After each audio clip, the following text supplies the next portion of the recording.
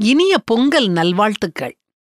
பொங்கல் நன்னாள்ல உங்க இல்லத்துல பொங்கல் பொங்கி வர்றது மாதிரி மகிழ்ச்சியும் சந்தோஷமும் பொங்கட்டும். கரும்போட இனிய சுவை மாதிரி உங்க வார்த்தைகள் இனிக்கட்டும். வாழை இலையின் பசுமை போல, பச்சரிசியின் சுவை போல, மஞ்சள் கிழங்கின் வாசனை போல உங்க வாழ்க்கை சிறப்பா அமையட்டும். பொங்கல் தமிழர் திருநாள். 2000 வருஷங்களா பொங்கல் கொண்டாடப்படுதுன்னு சொல்றாங்க.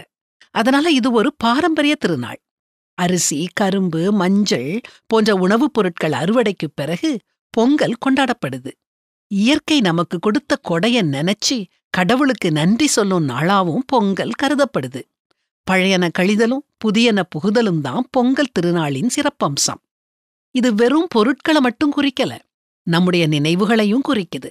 நம்ம வாழ்க்கையில எதிர்மறை சம்பவங்கள் நடந்திருக்கலாம், நாம ஏமாற்றங்களை சந்திச்சிருக்கலாம், அடுத்தவங்க நமக்கு கெடுதி செஞ்சிருந்திருக்கலாம், நண்பர்கள் நம்மள கைவிட்டு இருந்திருக்கலாம், உறவுகள் நம்மள அலட்சியப்படுத்தி இருந்திருக்கலாம்.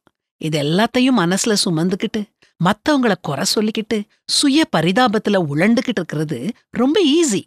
போன வருஷத்தை திரும்பி பார்த்து நமக்கு நேர்ந்த சோகங்களை நினைச்சு பார்த்து மறுபடியும் மறுபடியும் அந்த சோகத்திலேயே வாழ்ந்து நிகழ்காலத்தையும் வருத்தத்திலையும் கவலையிலையும் கழிச்சுக்கிட்டு இருக்கோமா? இப்படி வாழ்றதுனால யாருக்கு என்ன லாபம்? இந்த பொங்கல் திருநாள்ல நாம ஒரு உறுதி எடுப்போம். நேத்து போகி பண்டிகை.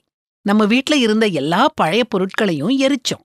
அதே மாதிரி நம்மள அழுத்துற பாரமான எதிர்மறை நினைவுகளை நம்ம மனசை விட்டு களைஞ்சி எடுப்போம்.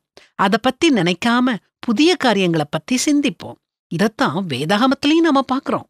முந்தினவைகளை நினைக்க வேண்டாம், பூர்வமானவைகளை சிந்திக்க வேண்டாம்.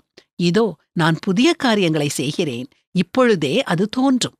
ஆமாங்க, இந்த தை மாசத்திலிருந்து எல்லாமே நமக்கு புதுசா இருக்க போது.